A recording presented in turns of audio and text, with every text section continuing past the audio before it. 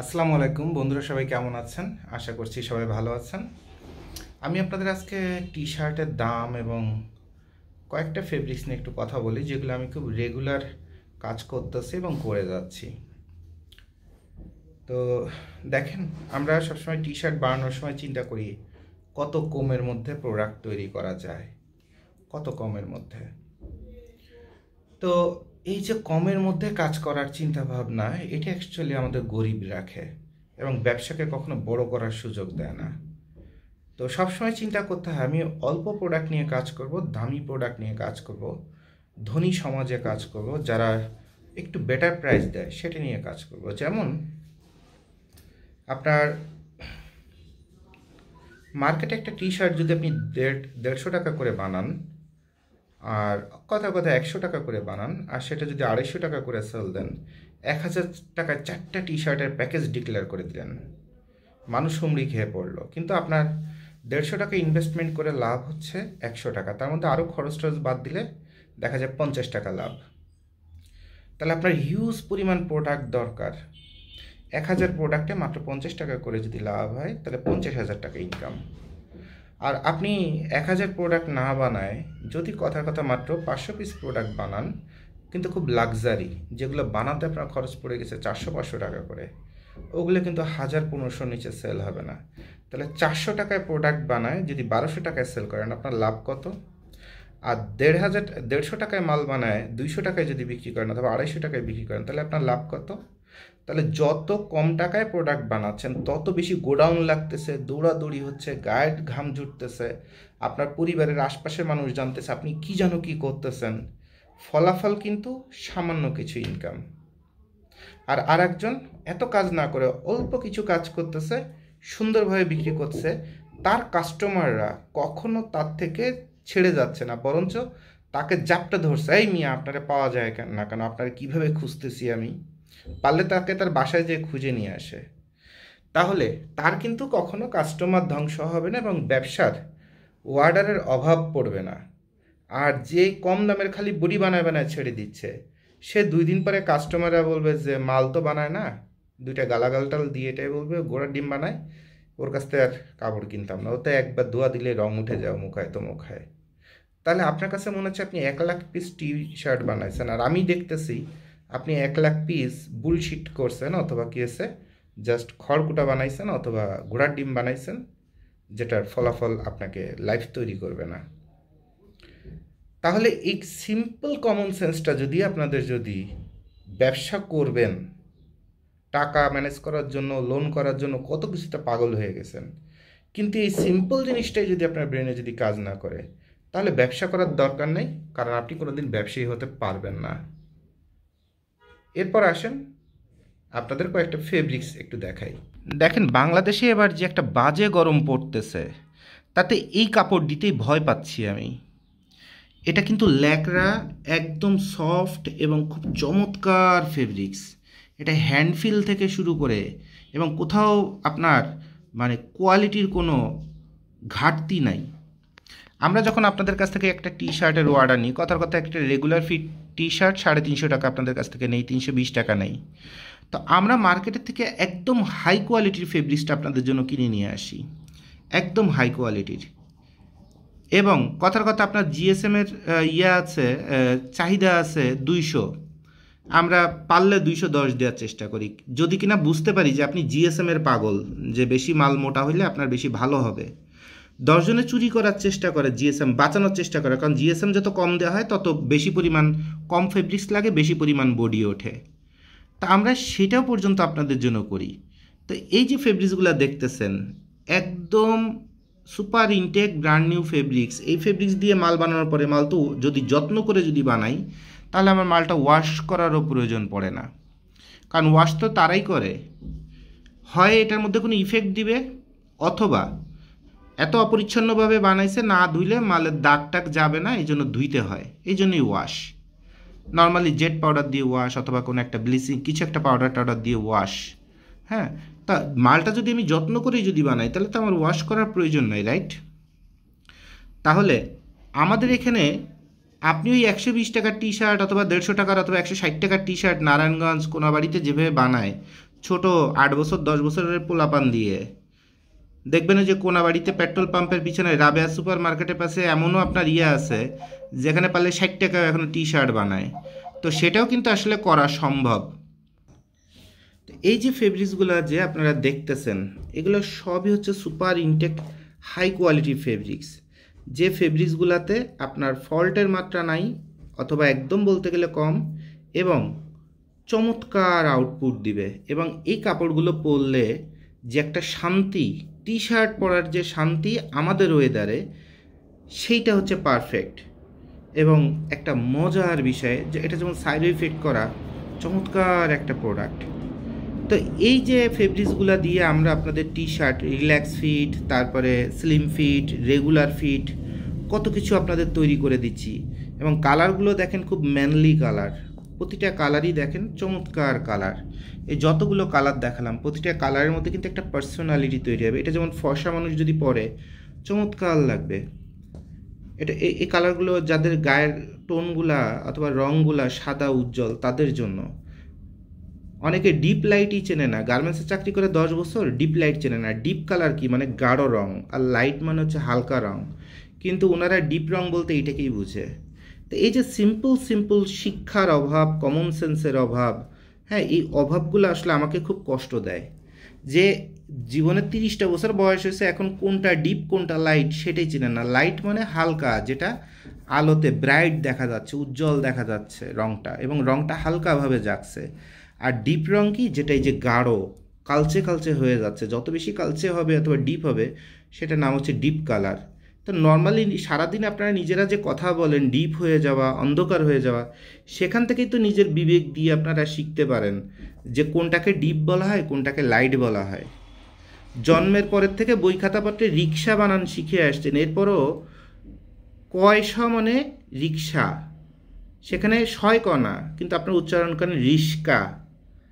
তো এইগুলো আপনাকে কে শিখাবে? এগুলো তো আপনার নিজেরও বিবেক থাকতে হবে যে সারা দুনিয়ার মানুষ রিক্সা বলে আর আমি রিস্কা বলি, তাহলে আমি কোন লেভেলের একটা থার্ড ক্লাস, যে জন্ম থেকে নিজের ভাষার প্রতি আমার সচেতনতা নাই, কমন সেন্স নাই।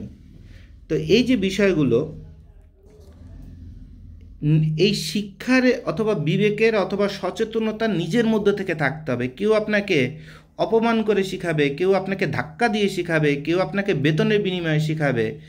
ওই শিক্ষার আর ওই বিবেক যদি থাকে, জীবনে আপনার ওই সামান্য কয়েকদিন কিছু কাজকাম করে কিছু টাকা কামাই করতে পারবেন, ফাইনালি মৃত্যুর আগে দেখবেন একদম ভিখারি হয়ে মারা যাচ্ছেন। কারণ আপনার জীবনে সবচেয়ে বড় সমস্যা ছিল ম্যাচুরিটি, ইন্টেলেকচুয়ালিটি এবং আত্মসচেতনতার।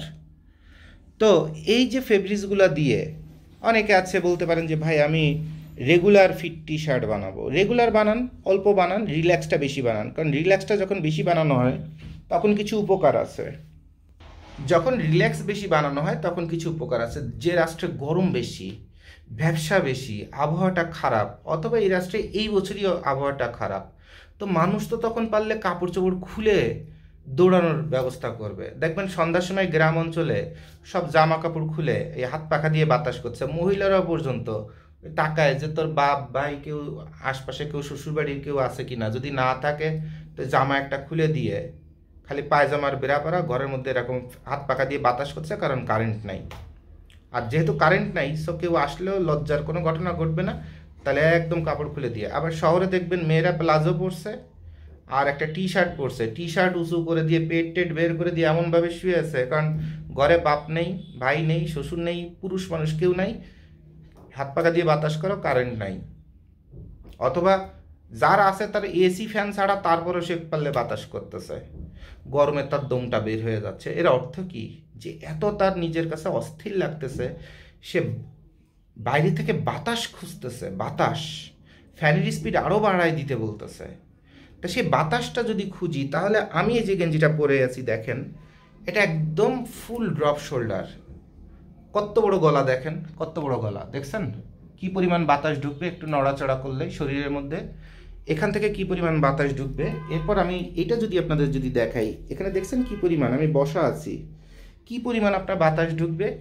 অর্থাৎ এত বাতাস যখন আমার চারপাশ থেকে চলবে, রেজিস্ট্যান্সটা কম, কাপড়ের রেজিস্ট্যান্স যদি বেশিও থাকে, কিন্তু এই যে লুজ ফিটিংয়ের কারণে আমার শরীরে বাতাস চলাচল করছে, অর্থাৎ আমি রিল্যাক্স বোধ করতেছি, শান্তি লাগতেছে টি শার্ট। এই টি শার্ট আমার সারাদিনও খুলতে মন যাবে না, সারাদিনও খুলতে মন যাবে না। কারণ এটা পরা না পরা, না পরলে খুলে ফেললে আমি যেটুকুন গরম অথবা যেটুকুন যা স্বাচ্ছন্দ্য বোধ করবো বাহ্যিক পরিবেশ থেকে, আবহাওয়া থেকে, এটা পরলে আমি সেটা পাবো, আমার কাছে ডিস্টার্ব মনে হবে না। আর এইটাই হচ্ছে বেসিক্যালি টি শার্টের সঠিক সূত্র, যে মানুষ কেন টি শার্ট পরে। তা আপনার ইয়াং জেনারেশন অথবা বাংলাদেশে খুব মডার্ন, যখন বন্ধু বান্ধব নিয়ে নিয়ে বসে কথা বলেন, কি যেন কি জ্ঞানী, কি যেন কি বুদ্ধিমান, কি যেন কি স্মার্ট, কি যেন কি অমুক তমুক, মানে আপনারা যখন বন্ধু বান্ধবে মিলে কথা বলেন, আড্ডা দেন, ভার্সিটির স্টুডেন্টরা, বন্ধুরা, কলেজের বন্ধুরা, তাতে হোক মফস্বল হোক ঢাকা শহর, কিন্তু আপনাদের চিন্তাভাবনাগুলো যখন কথা বলেন, একদম পারলে বিল গেটসে নিয়ে টানাটানি শুরু করেন, তারপরে আইফোন, তারপরে জনক, তারপরে যে ফেসবুকের জনক কি জুগার্সবার্গ, এদের নিয়ে কথা বলেন, জোর এই পলিসিটা খুব ভালো, এটা ভালো না, তুই ওর সম্পর্কে জানিসই না, এইটা না ওইটা না। আবার যখন টি শার্টের প্রোডাকশানে আসবেন, তখন পারলে এই গরমের মধ্যে স্কিন ফিট টি শার্ট বানাইতে যাবেন 400 জিএসএম দিয়ে, 300 জিএসএম দিয়ে, 280 জিএসএম দিয়ে। মানে বাংলাদেশের ওয়েদারের জন্য 200 জিএসএম টাচ করা মনেই সেটা হচ্ছে শীতের শীতের কাপড়। এরপর ওই যে প্রবাসে থাকে, এখন প্রবাসে তো সৌদি আরবে সব জায়গায় টয়লেটে পর্যন্ত এসি আছে, দুবাইতে টয়লেটে পর্যন্ত এসি, গাড়ি থেকে শুরু করে এমন কোনো জায়গা নাই যেখানে এসি নাই। তো সব জায়গায় যখন একটা মানুষ এসির মধ্যে থাকে, তার শরীরটা একটু আঠা আঠা থাকে এবং তার একটু সবসময় শরীর একটু আপনার ঠান্ডা ঠান্ডা লাগে। তো তার জন্যই মোটা জিএসএমের একটু কাপড় হলে তার চলাফেরা সব জায়গাতে আপনার বেশি ইয়ে হয় না, মানে বেশি ঠান্ডা লাগে না। কিন্তু সবসময় সব জায়গায় এসির মধ্যে আছে, কোথাও একটু বেশি বাড়ানো, কোথাও একটু মাঝারি, আর সেখানে যদি পাতলা কাপড় পরে থাকে, তাহলে নিজের ঘরের মধ্যে এসিটা ছেড়ে দিয়ে দেখেন না, এসিটা 18 ডিগ্রিতে নামায় নিয়ে আসেন, নিজের ঘরের মধ্যে একটা পাতলা টি শার্ট পরে দেখেন, ঘুমাতে যান, দেখবেন ঘুমের মধ্যে ভোর রাত্রে আপনি এরকম কাঁপতেছেন, তখন একটা কাঁথার দরকার হচ্ছে অথবা একটা কমফোর্টের দরকার হচ্ছে, যেটা হোটেলগুলোতেও দেয় দেখবেন, যে এসি ছাড়লে যে টেম্পারেচারে নামবে 16 অথবা 18-তে, তাতে রাতে আপনি কাঁপবেন এবং আপনার একটা কমফোর্ট অথবা কম্বল, পাতলা কম্বল অথবা একটা কাঁথার আপনার প্রয়োজন হবে। তাহলে যারা সবসময় এসির মধ্যে আছে তাদের কি হচ্ছে, তাদের হচ্ছে আপনার এই ইয়ে দরকার হচ্ছে, যে একটু মোটা জিএসএম, একটু গরম গরম লাগে, মানে উষ্ণ গরম লাগে, এরকম একটা জিএসএম এর ফেব্রিক্স। আর বাংলাদেশ, মালয়েশিয়া, এরকম অল্প কিছু রাষ্ট্র বাদ দিয়ে বেশিরভাগ উপরের দিকে যত রাষ্ট্র আছে, মানে উত্তরের দিকে যত রাষ্ট্র আছে, উপর বলতে বুঝালাম ম্যাপের উপরের দিকে, অর্থাৎ ইউরোপ, আমেরিকা, তারপর অন্যান্য যেসব রাষ্ট্র, রাশিয়া, এসব রাষ্ট্রে যে পরিমাণ আপনার ইয়ে পড়ে, যে ঠান্ডা পড়ে, ওখানে পারলে একটা বুট শু অথবা একটা চামড়ার জ্যাকেটের যে দাম, তা দিয়ে বাংলাদেশে একটা সেকেন্ড হ্যান্ড প্রাইভেট কার কেনা যায়, এত দাম।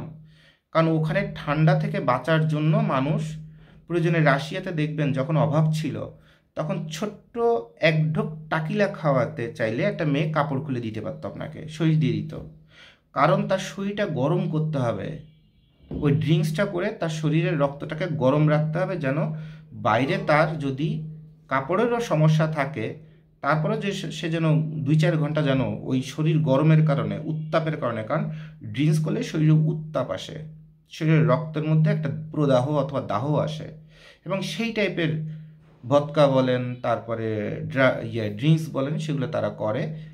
এবং যখন রাশিয়ার যুদ্ধের পরে যে খুব খারাপ অবস্থা হলো, তখন সাইবেরিয়া অঞ্চল থেকে শুরু করে রাশিয়ার অসংখ্য অঞ্চল, নরওয়ে, তো নরওয়েটারও তো, ফিনল্যান্ড, এগুলো তো অন্যদিকে গেল, কিন্তু রাশিয়ারই এত অভাব ছিল যে তাদের মেয়েদের যদি আপনার সামান্য এক ঢোকর টাকিলা খাওয়াতে হতো, এবং ওই টাকিলা খাওয়ার জন্যই তারা বলতো যে আমার কি টাকিলা খাওয়া বাঁচায় রাখবা, তুমি যা চাও সব দিব। তাহলে হাই জিএসএম মোটা কাপড় কি কারণে দরকার? মোটা কাপড় হলে কি কাপড় ভালো? কাপড় বেশি মজবুত, টানলে ছিঁড়বে না? আপনি কি মারামারি করেন যে আপনারে প্রতিদিন সবাই কাপড় ধরে টানবে, নাকি আপনি পতিতলায় ঘুরে বেড়ান যে পতিতলার ওই সেমরিরা আপনার কাপড় ধরে ধরে টানবে, আয় আমার রুমে আয়? তাহলে আপনার এত মোটা কাপড় লাগবে কি কারণে? নাকি পড়াশোনা ঠিক মতো করেন না, মোটা কাপড় পরে গেলে ওই স্কুলের টিচার বেদ দিয়ে বাড়ি মারলে ব্যথা একটু কম পাবেন? কারণটা কি এত হাই জিএসএম পাওয়ার চাওয়ার? যে জিএসএম পরার পরে আপনার শরীরের মধ্যে দাহ উঠে যাবে, এমনিতে গরমের মধ্যে ন্যাংটায় ঘুরে বেড়াইতে মন চাচ্ছে, পানি খাইতে খাইতে জিব্বা কলিজা সব মানে ইয়ে হয়ে যাচ্ছে, শুকায় যাচ্ছে, রাস্তার মধ্যে কুকুর শুয়ে আছে জিব্বা বের করে দিয়ে পানির অভাবে, মানুষের অবস্থা কুকুরের মতো হয়ে গেছে পানির অভাবে, কোথায় একটু ঠান্ডা পানি পাবো, মাথা চক্কর দিচ্ছে, ব্রেন স্ট্রোক করে পড়ে যাচ্ছে, ফিট হয়ে যাচ্ছে রাস্তার মধ্যে। সেইখানে আপনি ভাইয়া ওই 280 জিএসএম দিয়ে টি শার্ট বানাবো আর গলাটা যেন খুব সুন্দর ফিটিং হয়, তা বাতাসটা ঢুকবে কোত্থেকে আমারে বলেন না? ওই শরীরটা ওই শরীরটা তো একদম বোমের মতো, বোমের ভিতরে যেমন একদম দাহ হইতে হইতে হইতে লাস্টে যে বাস্ট হয়ে যায়, তো আপনার কাপড়ই হচ্ছে কি যে আপনার স্টক করার জন্য সবচেয়ে গুরুত্বপূর্ণ কারণ হয়ে যাবে। তাহলে আপনি যে এত কিছু গবেষণা করলেন, এত কিছু জানলেন, এত শিক্ষিত আপনি, এত মডার্ন, এত স্মার্ট, অমুক গবেষণা আপনার আছে, খালি অনলাইনে খালি গবেষণা করেন, হ্যান করেন ত্যান করেন, এবার কাপড় বানাতে আসার পরে বোঝা গেল যে আপনি একটা হাই কোয়ালিটির একটা stupid, you have no sense, আপনার বিন্দুমাত্র কোনো সেন্স নাই। এরপর আবার কাপড়ের ব্যবসা বানাইতে যে ভালো মানের কাপড় না বানায়, যাবেন ওই গুলিস্তানের 70 টাকার একটা জার্সি টি শার্ট প্লেন, এই প্লেন একটা জার্সি টি শার্ট বানাবেন, যে জার্সিটার মধ্যে, জার্সি তো পলিস্টার, পলিস্টার মানে কি পুরনো শিশি বোতল টোতলের ওই যে পলিথিনের যে সুতা, সেই সুতা দিয়ে বানানো। তো এই শরীরের সাথে যদি একটা পলিথিনের ব্যাগ যদি লাগায় রাখি, তা ফিলটা কেমন হয়? আর জার্সি ফেব্রিক যখন একদম লো কস্টে তৈরি করা হয়, তখন ওই শরীরের সাথে ওরকম একটা পলিথিন লাগায় রাখার মতো একটা ঘটনা ঘটে। ওইটাকে হাই কোয়ালিটির যখন বানানো হয়, যখন সেটাকে আপনার সাইড ইফেক্ট দেওয়া হয়, তখনই ওই পলিথিনটার পলিথিন মনে হয় না, তখন সেটাকে ব্লেন্ডিং করে যেভাবে করা হয়, তখন আশ্বাস বানায় দেওয়া হয়। যেমন একটা বড়শির সুতা হচ্ছে কট, ওই সুতাটা যদি, অথবা যে র্যাকেটের যে কট দিয়ে যে র্যাকেট বাঁধে, ওই কটটা যদি আমি আমার স্কিনের সাথে যদি বাঁধায় রাখি, তাহলে কি ফিল হবে বলেন? আর ওইটাকে যদি আমি কটনের এই সুতাটা চারপাশ যদি ঘষে ঘষে একটা শিরিষ কাগজ দিয়ে ঘষে যদি তুলো তুলো বানায় ফেলি, তখন স্কিনে দিলে কিন্তু কিছুটা নমনীয় মনে হবে, সুতা সুতা মনে হবে, তখন যে একদম একদম ডাইরেক্ট একটা পলিস্টার সেটা বোঝা যাবে না।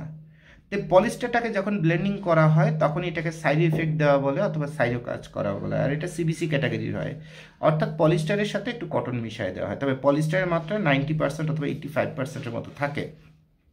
আর বাদ বাকি কিছু প্রক্রিয়া সেটা ওয়াশ ডাইং কেমিক্যালে এটা করলে তখন এই পলিস্টারটা সুতা সুতা একটা ফিল দেয়, সুতা সুতা একটা ফিল দেয়, এবং ওই পলিস্টারটাই ফাইনালি এই পজিশনে আসে, এটাকে বলা হচ্ছে সাইরো। দেখেন, দেখে রাখেন, দেখে কাপড় মনে হচ্ছে না? বেসিক্যালি এখানে সামান্য একটু পলিস্টার মিশা, ওই কটন মিশানো আছে, পুরাটা আছে পুরানো শিশি বোতলের এই পলিস্টার, আম্বানি সাহেবের, হিরু আম্বানির আবিষ্কার। হ্যাঁ, তাহলে এই যে সাইড ইফেক্ট দিয়ে পলিস্টারটাকে কাপড়ের ফিল দেওয়া হলো, এটাকে সাইডো ইয়ার্ন অথবা সাইড ইফেক্ট বলা হয়। তারপরে এটা দিয়ে যখন জার্সি বানানো হচ্ছে, এটা যখন পরতেছি তখন এটা কাপড়ই মনে হচ্ছে, এটা পলিথিনের প্যাকেট মনে হচ্ছে না।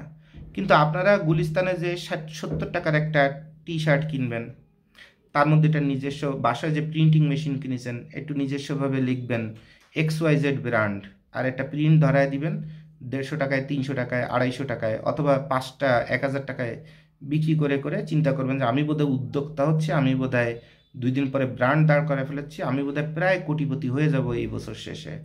কোনো ঘোড়ার ডিমও হতে পারবেন না। আপনি হতে পারবেন না কি কারণে জানেন? আপনার ব্রেনটাই হচ্ছে সস্তা, আপনার চোখ সবসময় নিচের দিকে। আপনি বড় হবেন কিভাবে? বড় হতে গেলে যে সিঁড়ি বেয়ে উপরে উঠতে হয়, তখন তো একটু উপরের দিকে তাকাইতে হয়, অর্থাৎ চোখটা উপরের দিকে নিতে হয়।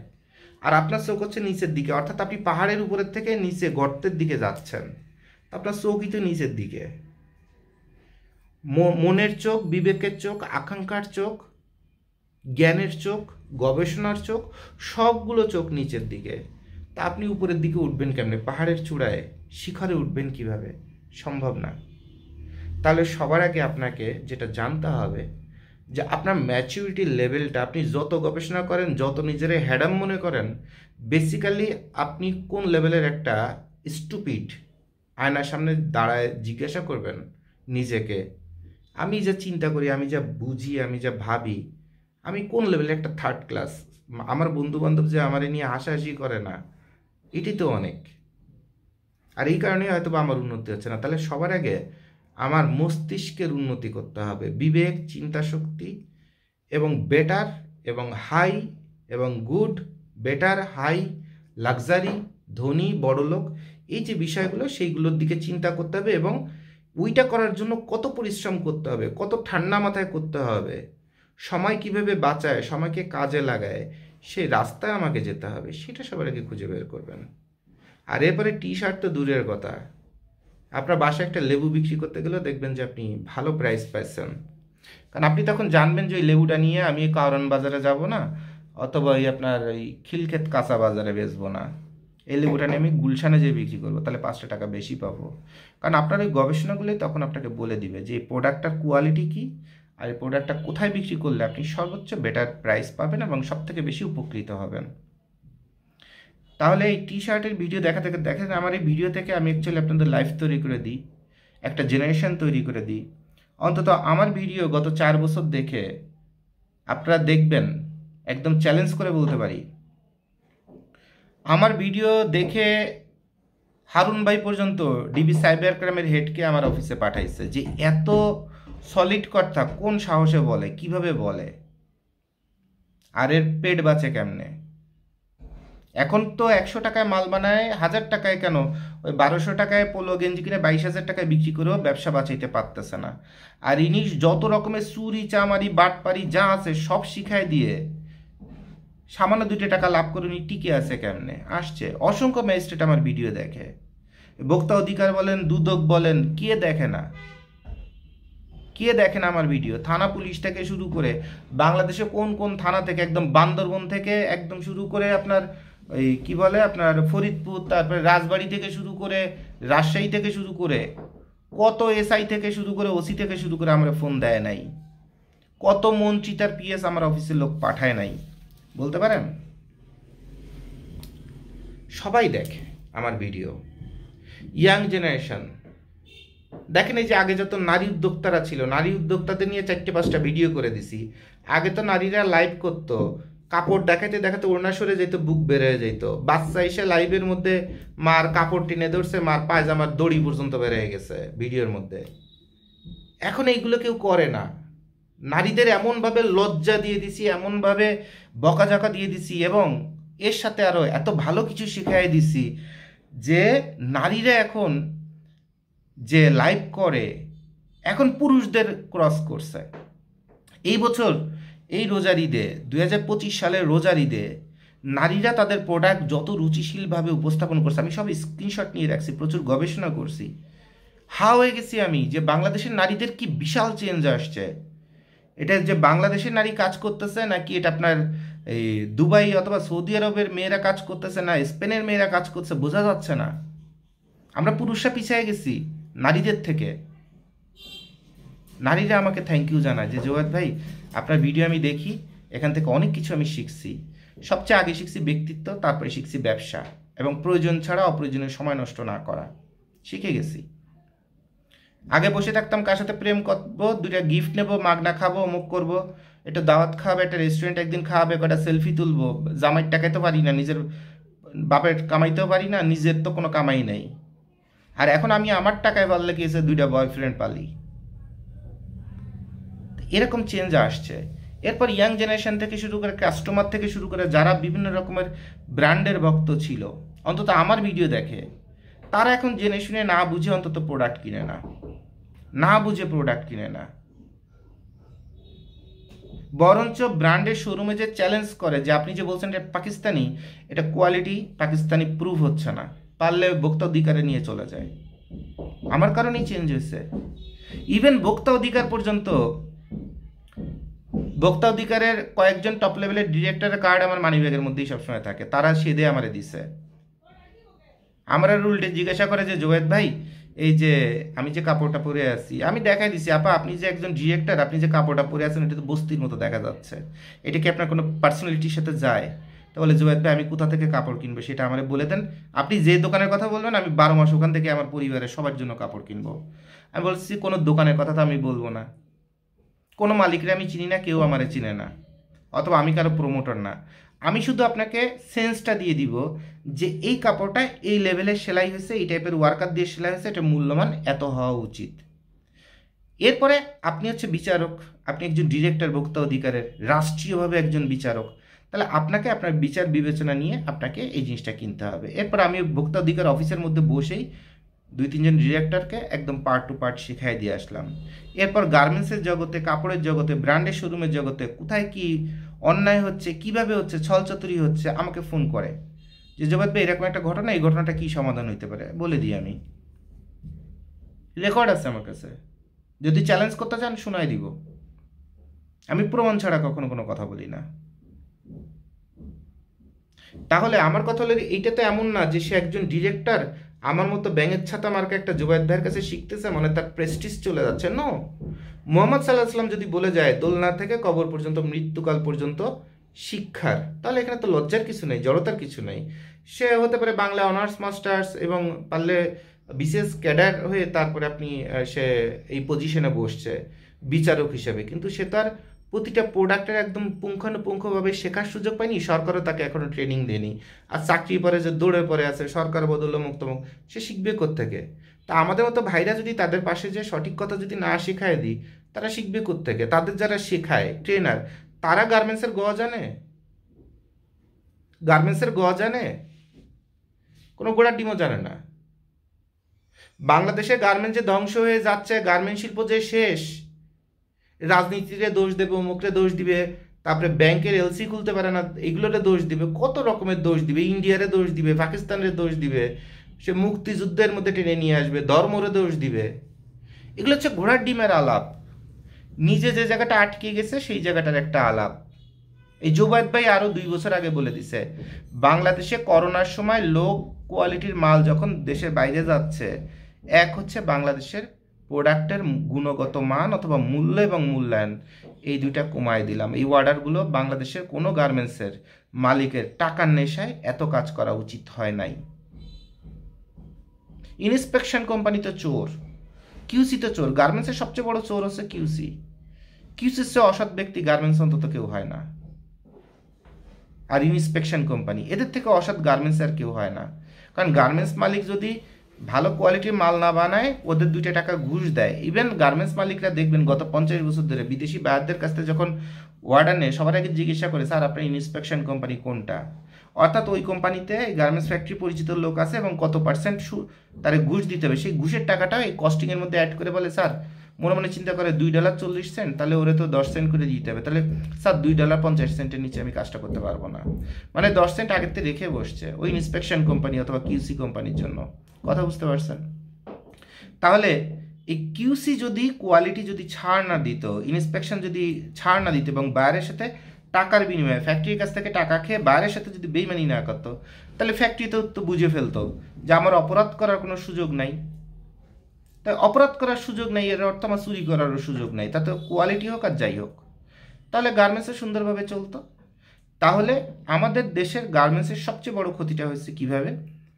সবচেয়ে বড় ক্ষতি হয়েছে করোনার পরবর্তীতে যে অর্ডারগুলো ছিল, সেই অর্ডারগুলো ফ্যাক্টরি মালিকরা ধুমসে পারলে উঠান বলেন, ফ্যাক্টরির মধ্যে খাওয়ার যে আপনার খাবারের যে স্থান, সেই জায়গাতে চেয়ার টেবিল বের করে দিয়ে ওর মধ্যে মেশিন ভাড়া করে এনে প্রোডাকশন করে এক্সপোর্ট করছে। আমি ভিডিও করে গালাগাল করছি, আপনারা যারা পকেটে রাতারাতি ডলার ঢুকছে মনে করেন আমারে গালাগাল দিচ্ছেন, ফকিনির বাচ্চা কয় কি, ও তো অফিসের মধ্যে একটা এসি নেই, ও আবার এত বড় বড় ডায়লগ কি দেয়। এখন ঠিকই বউ বাচ্চা নিয়ে রাতের অন্ধকারে কানাডায়, আমেরিকা, অস্ট্রেলিয়ায় চলে যাচ্ছে চোরের মতো। এখন যে যদি জিজ্ঞাসা করেন যে জুবায়েদ ভাই যে কথাগুলো বলছিল ওটা কি ঠিক ছিল, তা এখন যে শুনবেন যে কবে যে ও তো গুরু ওস্তাদ,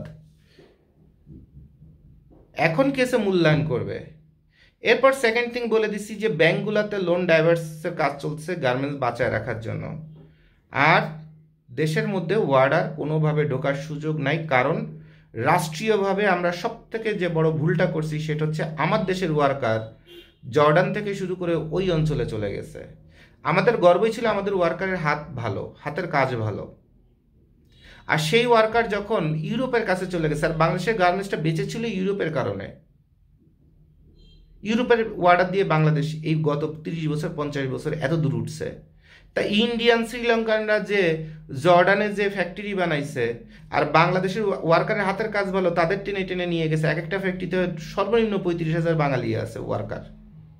আর যারা কাজ জানে তাদেরই বেছে বেছে নিয়ে চলে গেছে, দেশের মধ্যে রেখে গেছে কতগুলো মাদার চোদ্রে আর কতগুলো আপনার ওই সোর বাটপার রে, সিটার রে, আর কতগুলো অদক্ষরে আর কতগুলো কাজের বুয়ারে রেখে গেছে।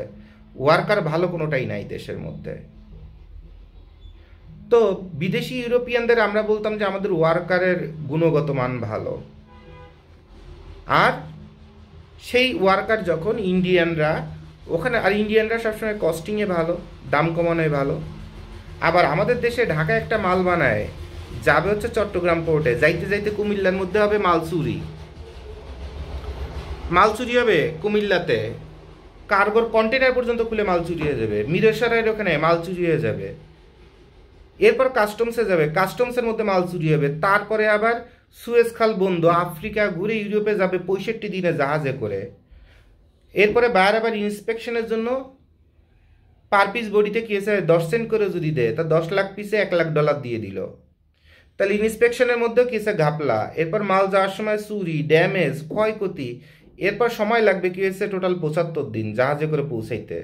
এই ঢাকা থেকে ওইখানে চট্টগ্রামের সব কাজ শেষ হতে 10 দিন, অথবা সিঙ্গাপুর পর্যন্ত যাইতে টোটাল 12-13 দিন, এরপর ওখান থেকে মাদার ভিসাল হয়ে আবার চলে যাবে, মানে মাদার ভিসাল মানে বড় জাহাজ, এটা হয়ে জার্মানি ফ্রাঙ্কফুটের থেকে শুরু করে যে যে জায়গায় ঢুকবে সেখানে আবার 65 দিন।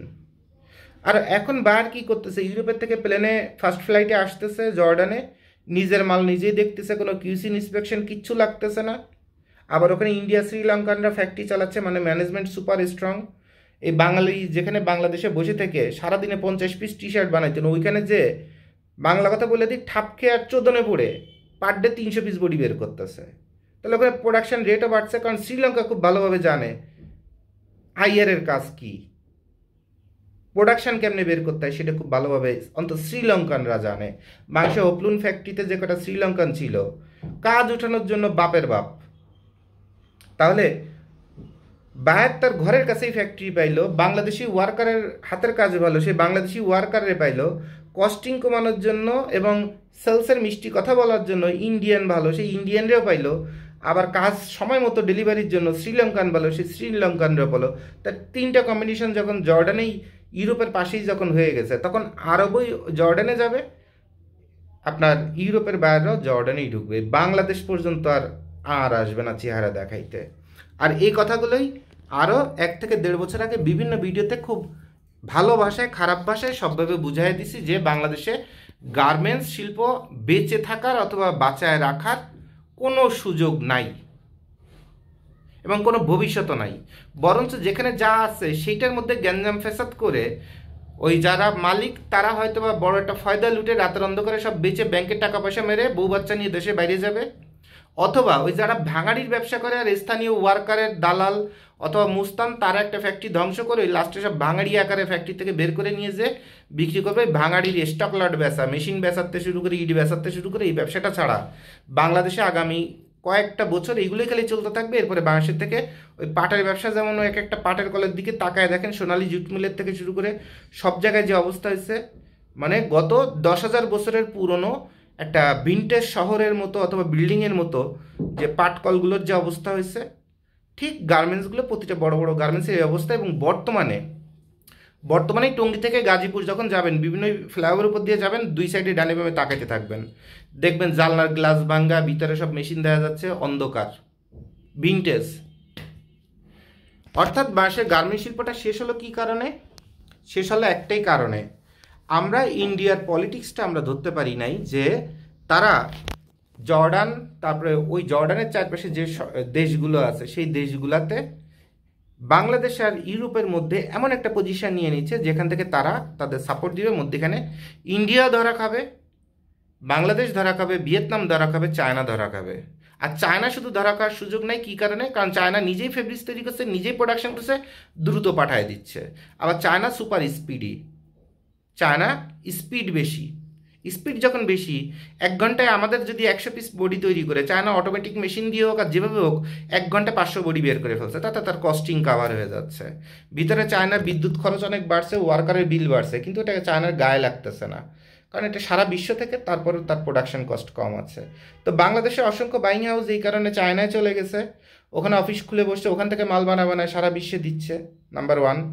আর নাম্বার 2, আমরা এই যে মানব সম্পদ রপ্তানি এবং এই যে সাধারণ মানুষকে যে দেখানো হয়েছে অথবা বোঝানো হয়েছে অথবা বাস্তব প্রমাণসম্মত, কারণ লোকজন যদি দেশের বাইরে থেকে টাকা তো বেশি আসবে, রেমিটেন্স, এই রেমিটেন্সের যে যোদ্ধা, রেমিটেন্স নিয়ে যে যত কাহিনী, এইটা করতে যে দেশের বিলিয়ন বিলিয়ন ডলারের যে পাছাটা মেরে দিলাম, ভবিষ্যৎটা মেরে দিলাম। এখন দেখেন দেশের মধ্যে কি পরিমাণ সন্ত্রাস বাড়ে, মানুষের জীবনযাত্রার মান কত কমে। এখন ওই সাধারণ যেসব মানুষ চাকরি হারায়, এখন মোস্তান থেকে শুরু করে ছিনতাইকারী থেকে শুরু করে মানসিক যন্ত্রণায় অভাবে থেকে নেশাগ্রস্ত হয়ে এমন অবস্থা হবে, এখন ওই আপনার মতো সরকারকেই টেনে ছিঁড়ে শিয়াল কুকুরের মতো নামাবে। কারণ আপনি বুঝতে পারেন নাই, আপনি ভুল একটা চালে পা দিয়ে ফেলছেন। আর এটাকে বলা হচ্ছে ইন্টারন্যাশনাল বিজনেস রিলেশন। তো একটা সরকারের যখন ইন্টারন্যাশনাল বিজনেস রিলেশন অথবা বিজনেস পলিসি যখন না থাকে, তখন দেশের মধ্যে সাধু, ধার্মিক, রাজনীতিবিদ কে কত কথা বলে, এগুলো শোনার আসলে শুনে কোনো লাভ হয় না। ওই তাৎক্ষণিকভাবে কিছুদিন ওই সরকার টিকে থাকে, অথবা ওই ধর্মের নেতা টিকে থাকে, অথবা ভাইরাল হতে থাকে। দিন শেষে তাকে তার ফলাফল ভোগ করতেই হবে, এবং এই ফলাফল 10 গুণ খারাপ হয়ে আসবে। যেমন এই যে সেদিন দেখলাম আপনার ভাই, এর নাম কি জানো, এই যে গ্রুপের অনন্ত, জলিল ভাইকে দেখি যে পারলে একদিন কান্নাকাটি করে, পারলে একদিন কি হয়েছে সহ্য করতে না পেরে তারপরে আপনার ভিডিও কনফারেন্স করতেছে। এখন তাকে বাইরে থেকে দেখতে বিশাল ধনী ব্যক্তি, তারপরে নায়ক ব্যক্তি, সুন্দর ব্যক্তি, সব কিছু। তা আমি তো উনি যেদিনই মিডিয়াতে আসছি সেদিনই বলে দিছি যে আপনার তো শেষ, ব্যবসা বাণিজ্য শেষ। কারণ বাঙালি 2 দিন আপনার ভাইরাল বানাবে, 2 দিন পরে আবার আপনারে মারবে। আপনার ধ্বংস করার জন্য যারা আপনাকে ভাইরাল বানাচ্ছে এরাই যথেষ্ট, এই সাধারণ মানুষের ক্ষয়ক্ষতি করা লাগবে না। এ তো বলতে বলতে 6 মাস যায় নাই, শুরু হয়ে গেছে। এখন একটা বড় গার্মেন্টসের মালিক যখন একটা রেঞ্জ রোভার গাড়িতে চলে, একটা বিএমডাব্লিউতে গাড়িতে চলে, আর খুব দামি ফোন টোন হাতে নিয়ে চলাফেরা করে, তারপরে কেসে পারলে 2,000 টাকা তার পার্লারের বিল আসে চুল কাটার, তো তারে তো দেখতে একটু নায়ক টায়ক অথবা কেসে ওরকম কোয়ালিটি অথবা কেসে সমাজের বিশাল কোটিপতি অনেক কিছু মনে হবে। কিন্তু বেসিক্যালি আমরা যখন কাউকে বড় লোক চিন্তা করি, সবার আগে ভাবি যে তার ব্যাংক লোন আছে কিনা, তার কোন দায়বদ্ধতা কত, এটা কি তার নিজস্ব ফিক্সড অ্যাসেট থেকে সেটা খরচ করতেছে অথবা সেভিংস থেকে খরচ করছে, না এটা অন্যের টাকা থেকে খরচ করছে, নাকি ইনকাম থেকে খরচ করছে। তো বাংলাদেশের যে রাজনৈতিক অথবা যে ব্যবসার যে মানসিকতা অথবা যে কালচারগত স্বাধীনতার পর থেকে হয়ে আসতেছে, এখানে তো সবই হচ্ছে ব্যাংকের টাকা। ব্যাংকের টাকা যত মেরে খাইতে পারবেন, বিদেশি বায়ারের টাকা, ইনভেস্টরের টাকা যত মারি খেতে পারবেন, তত হচ্ছে কি আপনি ভাব মেরে বেড়াইতে পারবেন। যেমন অনেক বড় বড় গার্মেন্টস আছে, ওর মালিকরা একসময় মার্চেন্ডাইজার ছিল, ওই বাইরের কাজ করতে করতে বাইরে ওই গার্মেন্টসের সাথে বেইমানি করে বাইরে কইছে আপনি যদি বাংলাদেশে ইনভেস্ট করেন, আমি কমের মধ্যে ফ্যাক্টরি দাঁড় করায়, নিজস্ব ফ্যাক্টরি করে, পার্টনারশিপে ফ্যাক্টরি করে আপনারা আরও কমের মধ্যে মাল নেওয়ার ব্যবস্থা করবো। বায়ার সমস্যা বলছিল, ওরে কইছে কয় লাখ ডলার লাগবে, কইছে আমার তো ওই 10 কোটি টাকা লাগবে। টাকা ইনভেস্ট করছে, দুপ দাপ প্রোডাকশন দিছে, এরপরে ওই ফরেন বাইরে খেয়ে দিয়ে নিজেই ফ্যাক্টরির মালিক হয়ে গেছে। এরকম ফ্যাক্টরি মালিক কম করলে 40% থেকে 60% বাংলাদেশে, আর বাকিটা হচ্ছে ব্যাংকের টাকা খেয়ে ফেলা, তারপর হচ্ছে বাইরের এলসির টাকা ভেঙে খেয়ে ফেলা, এনক্যাশমেন্ট করে ফেলা। তো যখন টাকাটা ভাঙা হয় তখন 2-4 দিন যেসব ফুটানি, ওই ফুটানিতে চলতে থাকে, তখন মানুষ চিন্তা করে যে উনি যে কি হনুরে, যে উনি যে কি বিশাল কিছু হয়েছে। বাস্তবে উনি জানে যে উনি কত জায়গায় ধরা। তো এই অনন্ত জলিল ভাইয়ের থেকে শুরু করে যত বড় বড় ব্যবসায়ী আছে তাদেরও ধরা আছে। কারণ ব্যবসা করতে গেলে ব্যাংক আমার কাছে টাকা পাবে, আমি ব্যাংকের কাছে টাকা পাবো, সাধারণ মানুষ আমার কাছে টাকা পাবে, আমি সাধারণ মানুষের কাছে পাবো। এটা কোনো সিটারই না, এর নামই হচ্ছে ব্যবসা। তো অনন্ত জলিল থেকে শুরু করে কাউকে কিন্তু আপনার সিটার বাটপার খারাপ বলার কোনো সুযোগ নাই। কিন্তু প্রবলেমটা কি, আমি যে কমেন্টসটা তার সম্পর্কে করেছি, যে আমি টের পাইছি যে তাকে যেভাবে ভাইরাল বানাচ্ছে, আমরা বাঙালি তো আমাদের জাতিগত প্রবলেম আছে। একবার চিন্তা করি নদীর এপারে সুখ, আর একবার চিন্তা করি ওই পারে সুখ। তো ওনারা একবার জলিল সাহেবকে ভাইরাল বানাবে, মাথায় তুলে উঠাবে, এরপর 100টা শত্রু বানাবে, তারপর ওনাকে আবার বসায় দিবে। কারণ জলিল সাহেবকে আমি খুব ভালোভাবে চিনি, জলিল ভাইকে। উনি সহজ সরলের মধ্যে প্রচণ্ড ভালো একটা মানুষ। তা এখন উনি যেহেতু প্যাঁচ গোস কম বুঝে, উনি ব্যবসা বুঝে, উনি প্যাচগোজ রাজনীতি এগুলো কম বুঝে এবং কোনো ইনভলভমেন্ট এরকম তার আছে বলে আমি যেটুকুন তাকে দেখছি আমি এটা পাইনি। তো যখন সে রাজনৈতিক প্যাচগোজ না বুঝে তো স্বাভাবিকভাবে একটা প্যাচগোজে পড়লে সে তো ধ্বংস হয়ে যাবে এবং এখনই তার ধ্বংস হওয়ার মতো অবস্থা চলে গেছে। আমি নিজে এত কিছু বোঝার পরে আমার ঘরের মধ্যে আওয়ামী লীগের এমপি থেকে শুরু করে বিএনপি থেকে শুরু করে সবই আমার ঘরের মধ্যে, সবই আমার ঘরের মধ্যে। পররাষ্ট্রমন্ত্রী মোস্তাফিজুর রহমান বেঁচে থাকলে জিজ্ঞাসা করতেন আমি তার কি হই। যুবদলের বাংলাদেশের প্রেসিডেন্ট হেলাল বাইরে জিজ্ঞাসা করেন আমি তার কি হই, রক্ত নাকি বাইরের ওই পাতানো ভাই, জিজ্ঞাসা করেন। এরপরও ভদ্রতা যখন করতেছি, যখন শয়তানি বদমাশি অথবা কেসে মারামারি অমুক তমুক করতে যাচ্ছি না, তখন কেসে ব্যবসা ক্ষতিগ্রস্ত। ভদ্রতার মাধ্যমে সমাধান করার চেষ্টা করছি, সমাধান হওয়ার সুযোগ নাই। কারণ কার সঙ্গে আপনি ভদ্রতা করবেন, এরা তো ধর্ম বেচা, তারপরে দলীয় আদর্শ বেচা, জন্ম পরিচয়হীন কতগুলো পশু পাখি। হয়তো বা এইসব সিটারি ব্যাটপারি করতে যে এখন কোটিপতি হয়েছে অথবা এখন একটা পজিশনে গেছে, কিন্তু এদের অরিজিনাল কোয়ালিটি হচ্ছে জিরো। এদের সাথে তো ধর্মের কথা যায় না, বলে না চোর না শুনে ধর্মের কাহিনী। তো যার কোনো লেভেল নাই তার সঙ্গে আপনি কি আলোচনায় বসবেন, কি সমাধানে বসবেন? বরঞ্চ কথা যত বলবেন তত শত্রুতা বাড়বে। এটা রাষ্ট্রের পরে ছেড়ে দেওয়া ভালো, রাষ্ট্র থেকে যখন সমাধান হবে তখন হবে, শেষ। তাহলে আমাদের সমাজে এখন গার্মেন্টসগুলা যেগুলো বন্ধ হচ্ছে অথবা বন্ধ হয়ে যাওয়ার মতো অবস্থা, সেগুলো কতভাবে বন্ধ করে দিয়ে ওই ভাঙাড়ির ব্যবসা করা যায়, এলাকার মুস্তান থেকে শুরু করে অভাবী ব্যক্তি থেকে শুরু করে তারাই সব ফাঁদ পেতে আছে। আর ফ্যাক্টরি মালিক যেটা শিয়ানা, যেটা ব্যাংকের টাকা মাইরে খাওয়া অথবা ইনভেস্টমেন্ট দেউলিয়া দেখায় খাওয়ার ওস্তাদ, সে ধান্দায় আছে যে পারলে নিজের ম্যানেজারের কয় কিছু লোকজন নিয়ে একটু গ্যাঞ্জাম ফ্যাসাদ করে পারলে একটু আগুন ধরায় দেয় না, আর দুইটা সাংবাদিকটা করে টাকা দিয়ে আর থানায় দুইটা চারটে ওসির একটু কিছু টাকা পয়সা দিয়ে দেখ আমার একটু দেউলিয়া টেউলিয়া ঘোষণা করা যায় না কিনা, এরপর আমি দেশের বাইরে চলে যাই। অথবা এগুলো হইতে থাকুক, এর আগে আমি একটা বাইরের একটা গুল্লি দিয়ে আসি, আমেরিকায় তো বিজনেস ভিসা লাগানো আছে, সমস্যা নাই। আর এরপরে দেখ বাইরে এমন একটা রেট দিবি যে কথার কথা এই মালটা বানাইতে $5 লাগবে, বাইরে কবি যে দেখ এই মালটা $5 নিচে সম্ভব না, যদি তুই আমার 1 কোটি পিসের অর্ডার দিস তাহলে আমি তোর $2 না $2.5 করে দেবো। এখন বায়ার দেখতেছে আমার তো 50 লাখ পিসের অর্ডার ছিল, আর আমি যদি এটা 1 কোটি পিস করি কোনো মতে যদি এটা লোন নিয়ে, তো 30 দিন পরে 60 দিন পরই তো মালটা চলে আসছে, লোন তো 90 দিনের জন্য করছি সিসি লোন, তাহলে আরও অর্ধেক কম দামে পাচ্ছি। তাহলে ব্যাংকে থেকে লোন নিয়ে প্রয়োজনে ওরে আমি টাকা পাঠাই।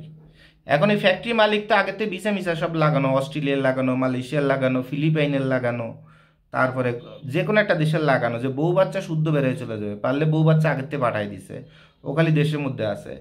এখন ওই যে 50 লাখ পিসের যে টাকাটা পাইতো, $1 কমাই দিছে, কথা কথা $5 জায়গায় $4 করে দিয়ে 1 কোটি পিসের অর্ডার নিছে, মানে $4 কোটি। এই ডলারটা ব্যাংকের ম্যানেজারে কিছু ঘুষ দিবে, ঘুষ দিলে টাকাটা ইনক্যাশমেন্ট হয়ে যাবে। বাংলাদেশ ব্যাংকেও ঘুষ খাওয়ানোর জায়গা আছে, খায় না, দুর্নীতি করে না। দুর্নীতি দমন কমিশনই যদি দুর্নীতি করে তা বাংলাদেশ ব্যাংক ঘুষ খায় না, এটা তো হইতে পারে না। রাষ্ট্রপতি থেকে শুরু করে প্রধানমন্ত্রী থেকে শুরু করে যদি অপরাধ করে থাকে, আর সেটা যদি ছোট বাচ্চারা যদি লাত্তায় চড়ায় যদি বের করে, তাহলে বাংলাদেশ ব্যাংক ঘুষ খায় না, এইটা অন্তত কোনোভাবে আপনি গ্যারান্টি দিয়ে বলতে পারবেন না। তো এইসব জায়গায় ঘুষ টুস দিয়ে $1 কোটি মানে $4 কোটি, মানে প্রায় 120-30 কোটি টাকা নিয়ে লাপাত্তা। আর এই টাকাটা সবার আগে কি করছে, ওই আপনার সিঙ্গাপুরে অথবা চায়নায় ওখানে যে একটা কোম্পানি বানাইছে, সেটা বইয়ের নামে অথবা বাচ্চার নামে। এরপর বায়ার যখন এই টাকাটা দিছে না, বায়ার যখন এই টাকাটা এলসিটা দিছে, এই এলসিটাকে ব্যাক টু ব্যাক ফরওয়ার্ড করে ওই কাঁচা মাল কিনবো, ফেব্রিক্স কিনবো, অ্যাক্সেসরিজ কিনবো বলে এই টাকাটা আগে সবার আগে চায়না অথবা সিঙ্গাপুর অথবা কেসে তাইওয়ান অথবা থাইল্যান্ডে পাঠাই দিছে। ওইখান থেকে হুন্ডি মুন্ডি করে আবার ব্যাংকের থেকে কাহিনি মাইনি করে ওই জায়গা থেকে ওই লাইসেন্সের এগেস্টে টাকা উঠায় নিয়ে সে লাপাত্তা। আর এপাশে বাংলাদেশে বায়ার যখন সংবাদ নিবে, ওই FBCCI অমুক তমুক হ্যান ত্যান কত কিছু করে পাবে গোড়ার ডিম, যে ও তো নাই। সারা বিশ্বে ওরে কোথাও মেজর ডালিমের মতো খুঁজে পাওয়া যাচ্ছে না 50 বছর ধরে। সেরকম ঘটনা ঘটবে, ঘটনাটা সেরকম ঘটবে। ফাইনালি দেউলিয়া কি, বাংলাদেশের ব্যাংকগুলা দেউলিয়া, বাংলাদেশের এই শ্রমিকগুলা দেউলিয়া, সবাই দেউলিয়া। গার্মেন্টস মালিক ঠিকই বেড়ে গেছে, যেমন দেশে এই যত গ্যাঞ্জাম ফ্যাসাদ, কই খালেদা জিয়া কি না খেয়ে আছে? শেখ হাসিনা না খেয়ে আছে? কেউ তো না খেয়ে নাই, কেউ তো রাস্তার মধ্যে শুয়ে নাই। মরছে কয়জন? এরা কি মরে গেছে? কেউ মরে নাই। মরছে সাধারণ শিশু, মরছে সাধারণ মানুষ, মরছে।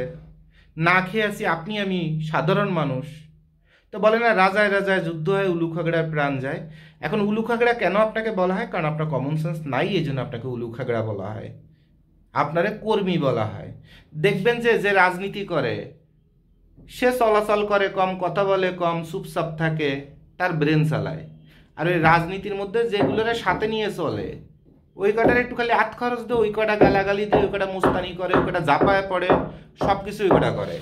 তাহলে এর অর্থ হচ্ছে আপনি ভাড়ায় খাটা মুস্তান, আপনি জীবনে কোনোদিন রাজনীতিবিদ হইতে পারবেন না। আপনার দিয়ে মারামারি করাবে, আপনার নামে মামলা হবে, আপনি জেল খাটবেন, আবার নেতা আপনারা ছাড়াই নিয়ে আসবে, আবার আপনার হাতে অস্ত্র তুলে দিবে, আবার আপনারা দিয়ে বিয়াদবি করাবে, আবার আপনারে কবে ও আমার সাথে বিয়াদবি করেছে, যা ওরে মার, এই 500 টাকা হাতে রাখ। মানে 500 টাকার জন্য আপনি রাজনীতি আর ওই সাইনবোর্ড দিয়ে দিয়ে চলেন। ওই নেতা যেদিন মরে যাবে অথবা দল যেদিন চলে যাবে, এরপর আপনার নামে যে কটা মামলা, ওই নেতা কি আপনার বাঁচাইতে আসবে? কিন্তু আপনি চিন্তা করে দেখেন, আপনার কারণে কত সাধারণ মানুষের প্রতি অত্যাচার বিচার কত কিছু হয়। একটা রাষ্ট্র আপনার কারণে কি কারণে ধ্বংস হয়ে যায়। তো সেই জায়গা থেকে আপনি কবে বের হবেন? কবে মানুষ হবেন? মানুষ হন না। মরার পরে যদি সবাই আপনার কবরে পরে পেশাব করে, তা এর চেয়ে লজ্জার তো আর কিছু নাই। ওরকম রাজা হয়েও লাভ নাই, প্রজা হয়েও লাভ নাই। ওরকম ওই টিকটকারে যে অ্যাকশন দেখানো, অ্যাকশন হিরো কোনো লাভ নাই। আপনার বাংলায় সবাই মাদার চোদ বলে গালাগালি দেবে, যে শুয়োরের বাচ্চা মরছে, ভালো হয়েছে। ছোট ছোট বাচ্চারাও আপনার ছবি টানায়, তারপরে পেশাব করবে, জুতো দিয়ে পিটাবে, সারা বিশ্ব দেখবে, সারা বিশ্ব দেখবে আপনার স্যান্ডেল দিয়ে পিটানো হচ্ছে। এর অর্থ বুঝেন? তাহলে এগুলো ঠিক না। বদলান নিজেকে, মানুষ হন। আর এই যত বিষয়ে আলোচনা করে দিলাম, আপনারা যারা আমার এই ভিডিও দেখেন, এখান থেকে গবেষণামূলক শিখেন। যারা উচ্চ স্থানীয় মানুষ আছেন, তাদের হাতে যদি ক্ষমতা থাকে, দেশের গার্মেন্ট শিল্পটাকে বাঁচান, গার্মেন্ট শিল্পটাকে বাঁচান। সবার জন্য শুভকামনা। আমরা বেশ কিছুদিন আমাদের কার্যক্রম থেকে বন্ধ আছি এবং প্রচণ্ড বিপদ আপদ অভাব সব কিছুর মধ্যে আছি। তো চেষ্টা করতেছি যে দেখি, আমাদের তো আর বিশাল বড় গার্মেন্টস না, আমাদের ছোট কারখানা, ব্যাঙের ছাতার মতো, ওই 2-4টা মানুষের পেট বাঁচানোর একটা ব্যবস্থা। তো দেখি এটাকে একটু ঘুরে দাঁড় করানো যায় কিনা, আল্লাহ ভরসা। আর এই যে সুন্দর সুন্দর ফেব্রিক্স আপনাদের দেখাই দিলাম, এই টাইপের প্রোডাক্ট দিয়ে যারা টি শার্ট নিয়ে কাজ করতে চান, আমাদের সঙ্গে যোগাযোগ করবেন, আমরা আপনাদের ইনশাল্লাহ ভালো ব্যবস্থা করে দিব। এবং এখানে আপনাদের একটা কথা বলি, আপনারা অনেক সময় চিন্তা করেন যে বাংলাদেশে 300 টাকা দিয়ে টি শার্ট না বানায়, কোনো মতো যদি 180 টাকায় বানাতে পারি, তাহলে সবাই তো 4টা টি শার্ট 1000 টাকায় দিচ্ছে, তাহলে পারলে আমি 5টা টি শার্ট 1000 টাকা দিয়ে ব্যবসা করব। এর অর্থ হচ্ছে আপনার চোখ, বিবেক, চিন্তা, পলিসি সবই নিচের দিকে, অর্থাৎ আপনাকে উন্নতি হবে না। আপনি যদি চিন্তা করেন যে আমি বাংলাদেশে 300 টাকায়, কথা $3 মাল বানাবো, মালটা বিদেশে যাইতে লাগবে কত? বিদেশে যাইতে লাগবে কথা আরও $3, $6 শেষ। এখন বিদেশে যাওয়ার পরে মালটা বিক্রি হবে মিনিমাম $12, সর্বনিম্ন হইলেও। সেখানে আরও $2 খরচ বাদ রাখি।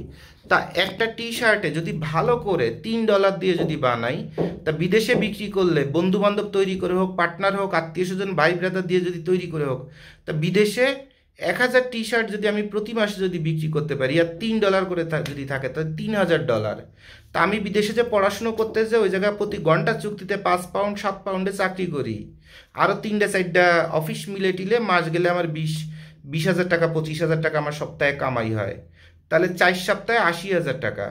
তা আমি তো বাংলাদেশে থেকে 2000 টি শার্ট বানায় নিয়ে যে ওখানে পড়াশুনো করবো একদম মন দিয়ে, আর এই 2000 টি শার্ট যদি সারা মাসে যদি ওখানে যে বিভিন্ন বন্ধু বান্ধব নেটওয়ার্ক বানাবো, দেশি বিদেশি, প্রয়োজনে তাদেরও রিসেলার বানাবো, আর প্রতি মাসে 2000, 4000, 5000 খালি সলিড টি শার্টও যদি আমার ব্র্যান্ডে যদি বিক্রি করতে পারি, তো প্রতি মাসে তো একদম ঠান্ডা মাথায় ঘরে বসে কাজ করে, ওই বিদেশে যে ঠান্ডা, ওই ঠান্ডার মধ্যে বেরোবে, এত চামড়া টামড়া ফোসকা পড়ে যাবে, দরকার নাই তো।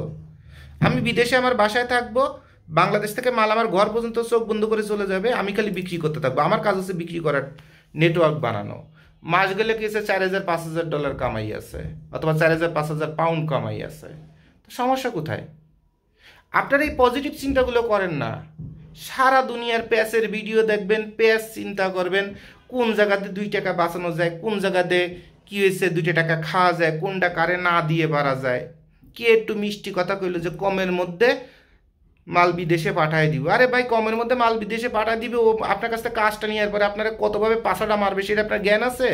সেটা গবেষণা আছে? খালি শুনেন কমের মধ্যে ভালো, কমের মধ্যে ভালো। বারবার আপনাদের একটা কথা বলে দিছি, কমের মধ্যে ভালো তো দূরের কথা, এখন মানুষ টাকা দিয়েও বিশ্বস্ত মানুষ শব্দটাই পায় না। আপনজনরে খাওয়ায় আপন বানাইতে পারে না। টাকা সম্পদ, বাড়ি গাড়ি, শরীরের সুখ, মজার সুখ সব কিছু দেওয়ার পরে দেখে এটা আমার কোনোদিন ছিলই না, যার জন্য সারা জীবন করছি সে কোনোদিন আমার ছিলই না। তা টাকা দিয়ে একটা মানুষ পাওয়া যায় না, আপনজন পাওয়া যায় না, একটা কোয়ালিটি পাওয়া যায় না। আর সেখানে আপনার কমের মধ্যে ভালো খুঁজেন, বলে দিছি না এটা দৌলত দিয়া গাঁটে ছাড়ার কোথাও পাবেন না। আর এরপরে যদি বোঝার ক্ষমতা না থাকে তাহলে আমার ভিডিও দেখার দরকার নেই। আর নিজের টাকা অথবা বিদেশে প্রবাসের ভাই বোনের টাকা, বাপের টাকা, বাপের পেনশনের টাকা, মার গহনা বেচা টাকা, এগুলো যদি ধ্বংস করার ইচ্ছা থাকে তাহলে ওরকম ঘোড়ার ডিমের ব্যবসা করতে থাকেন। 2 দিন করবেন, 3 দিন পরে আর আপনার খুঁজে পাওয়া যাবে না। তো যাই হোক, ভালো মন্দ বকাঝকা দিয়ে হোক আর যাই হোক, আপনাদের একটা জিনিসই শেখাই যে ভালো সঙ্গী হন, ভালো কাজটা করেন। এত খারাপ উদাহরণ দেওয়ার পরে লাস্টে একটা কথাই বলি যে ভালো সঙ্গী হন, ভালো কাজ করেন, জীবন ভালো হয়ে যাবে, রাষ্ট্র পর্যন্ত বদলে যাবে আপনার কারণে। তাহলে এই যে সুন্দর সুন্দর ফেব্রিক্স দিয়ে বাংলাদেশে এই যে গরমটা পড়ছে, এই গরমে যদি আপনি কাপড় বানাবেন নিজস্ব ব্র্যান্ডে, রিল্যাক্স ফিট বলেন, ড্রপ শোল্ডার বলেন, ইউনিসেক্স বলেন, এর মধ্যে 100% কটন দিতে পারবেন, তারপরে ল্যাকড়া দিতে পারবেন, কতভাবে চমৎকার চমৎকার প্রোডাক্ট। এখন কথা হলো যে যারা কস্টিং কমে আপনার মাল বানায় দিচ্ছে, তারা একটা বাংলা বগিযোগী ফেব্রিক্স কিনে কোনো মতে বডি দাঁড় করায় দিচ্ছে, অথবা একদম বাংলা আজে বাজে গ্রে ফেব্রিক্স কিনে সেটারে একবার সিঙ্গেল ডাইং মানে একবার রং করা, যেটাকে ভ্যাট ডাইং বলা হয় না। ভ্যাট ডাইং মানে কি, কাপড় ছিঁড়ে যাবে কিন্তু রং উঠবে না। আর নর্মাল রং মারার বলে সিঙ্গেল ডাইং, ওটা ভ্যাট ডাইং বলে না, ওটা কেমিক্যালটা ভ্যাট কেমিক্যাল না। তো ওইগুলো দিলেই সেম রংটাই আসবে, কিন্তু ধোয়া দিলে সাদা হয়ে যাবে 2-3 বার ধোয়া দিলে। বরঞ্চ সুবিধা হবে কি, একদম 3rd ক্লাস যেসব সুতা দিয়েও কাপড় সেলাই করছে, ওই ডাইংটা মালটা বানানোর পরে যখন ডাইং করবে তখন এই সুতার কালার থেকে শুরু করে কাপড় সব একদম একই মনে হবে। আপনার কাছে মনে পড়ে বাপরে বাপ, আমার এই নিটিং ডাইং করে দিচ্ছে, একটা সুতা থেকে শুরু করে সব একদম একই কালারের। আবার দামও নিছে মাত্র 200 টাকা না 180 টাকা। নারায়ণগঞ্জেতে বানাইছি, দাম নিচ্ছে 160 টাকা। ভাই আমরা তো যে ফেব্রিক্সটা কিনতেছি, এটা কিনতে গেলে একটা বডিতে যে ফেব্রিক্স লাগে তাই 160 টাকায় হচ্ছে না। তাহলে আপনার 160 টাকায় কী মাল দিচ্ছে, ওটা কি মাল দিচ্ছে না বাল দিচ্ছে, সেইটুকুন বোঝার মতো আপনার ক্যাপাসিটি যদি না থাকে। আর ওপাশে গেছে ওই পারলে ওই মার্ক জুগারবার্গ, তারপর অমুক তমুক, তারপরে টেসলা, এদের নিয়ে পারলে গবেষণা করেন, এদের ভুল ত্রুটি খুঁজে বের করেন, এদের নিয়ে আলোচনা করেন, আর বোঝানোর চেষ্টা করেন আলোচনার মধ্যে যে আপনি যেন কত গবেষক, কত যেন আপনি বুদ্ধিমান, কত যেন চ্যাটের বাল। বেসিক্যালি আপনার এইসব সিম্পল সিম্পল বিষয় থেকে তো আপনার এটা নিজের উন্নতি, নিজের বরকত, নিজের ভালো কিছু বোঝার মতোই ক্ষমতা আপনার হয় নাই। তাই আপনার এই কথাগুলো শুনে সামনে পরে হয়তো বা কেউ আপনার ছোটো করে না, কিন্তু আপনাকে বুঝতে হবে আপনি আসলে একটা 3rd ক্লাস। তাহলে বন্ধুরা, আশা করি আপনারা মোটামুটি আগের থেকে একটু স্বচ্ছভাবে তো আমাকে দেখতে পাচ্ছেন, রাইট? আচ্ছা, আর প্রোডাক্টগুলো সুন্দরভাবে আলোতে এখন দেখতে পাচ্ছেন। আগের ভিডিওগুলো তো দেখা যেত অফিসগুলো ওভাবে ডেকোরেশন ছিল না, স্টুডিওর মতো ছিল না। তো আশা করি এখন থেকে প্রোডাক্টের কোয়ালিটি থেকে শুরু করে সব আরও সুন্দরভাবে দেখতে পারবেন, প্রফেশনালি পারবেন। তো আশা করছি যে আপনাদের বিবেক এবং শিক্ষা এবং চিন্তাগুলোর মধ্যে বড় ধরনের চেঞ্জ আসবে, যেটা দিয়ে আপনারা ভালো কিছু করবেন এবং গার্মেন্টস শিল্প আবার ব্যাক করবে। তবে গার্মেন্টস শিল্পকে ব্যাক আগের মতো করানো সম্ভব হবে না, কারণ এত ওয়ার্কার যখন বের হয়ে যায় একটা রাষ্ট্র থেকে, যারা দক্ষ ওয়ার্কার যখন দেশের বাইরে চলে যায়, দেশে বেতন পাইতো 12,000, ওভারটাইম মিলে 15,000, বিদেশে ওভারটাইম মিলে পাচ্ছে 40,000, 50,000, 60,000। আবার বিদেশের মাটি বলতে শরীরে একটা অন্যরকমের ভাব। আর ওই জায়গায় যে যদি বেটি মানুষের যদি পায়জামা খোলার যদি অভ্যাস থাকে ফরেনারদের সাথে, তাহলে তো 2-4 দিন পরে কেসে প্রেগনেন্ট কোয়েট হয়ে তারপরে বিয়ে শাদি করে ইউরোপ আমেরিকায় চলে যাবে। বাংলাদেশে কিছু বিমানবালা দেখছেন না, ওই ফরেনার বিয়ে টিয়ে করে বাগায় বুগায় আটকায় বিয়ে শাদি করে এটারে সংসার শুরু করে দিছে। আমার পাশেই তো এক জার্মানি থাকে বোধহয়, ওই বিমানে চলতে চলতে বিমানবালার সাথে বিয়ে গেছে, এখন এই দেশে সংসার করতেছে, বাচ্চা কাচ্চা হয়েছে। তো ওইসব যদি করার যদি ইচ্ছা থাকে তা তো ওই জর্ডানেতে ইউরোপ আমেরিকায় ঢুকেছে, বাংলাদেশে অন্তত বাড়ি যদি বরিশাল হয় তাইলে তারপরে যদি বাড়ি যদি মনে করেন যে আপনার কিশোরগঞ্জ হয়, নরসিংদী হয়, কুমিল্লা হয়, তারপরে লালমনিরহাট হয়, এগো অন্তত এইসব এলাকার মহিলাকে অন্তত শিখাই দেওয়ার দরকার নেই যে কেমনে একটা ব্যাটারে বাদাইতে হয়, আর বাদায় দেশ বিদেশে যে সেই জায়গায় জীবন করতে হয়, আর পুরনো বাচ্চা জামাই সংসার কেমনে সেকেন্ডের মধ্যে ভুলে যাইতে হয়। অন্তত এইসব অঞ্চলে মহিলাদের শেখানোর দরকার নেই। তারা নিজের স্বার্থ, নিজের ক্যারিয়ার, নিজের ভবিষ্যতের জন্য নিজের সন্তানরা বললে গিয়েছে ফেলে দিতে পারে পারে এইসব অঞ্চলে দেখবেন ব্রাহ্মণবাড়িয়া থেকে সিলেট পর্যন্ত, সুনামগঞ্জ পর্যন্ত, মৌলভীবাজার পর্যন্ত। ওই যে মৌলভীবাজার বলতে আমার সারা জীবন জানতাম যে মৌলভীবাজার, এখানে বোধহয় কত মৌলভী, কত যেন দাড়ি টুপিওয়ালা মানুষ। আবার ভিডিওতে মাঝে মধ্যে টিভিতে যখন বিভিন্ন অনুষ্ঠান দেখতাম যে সিলেট, মৌলভীবাজার এইসব অঞ্চলে দাড়ি টুপি পরা মানুষজন অনেক বেশি, ধার্মিক মানুষ বেশি।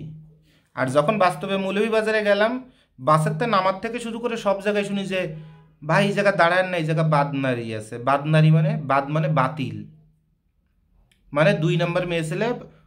মৌলভীবাজারের বাস স্ট্যান্ডের থেকে শুরু করে এমন কোনো জায়গা নেই যে জায়গায় সকালে, দুপুরে, রাতে মানে হুমড়ি খেয়ে নাই। তা বাংলাদেশের সবচেয়ে যে জেলাটা সম্পর্কে সবচেয়ে বেশি ধর্ম এবং নীতি চিন্তা ছিল, বাস্তবে যে দেখলাম ঠিক তার উল্টো, যে এতটা অন্য কোনো শহরে অন্তত আমি দেখি নাই।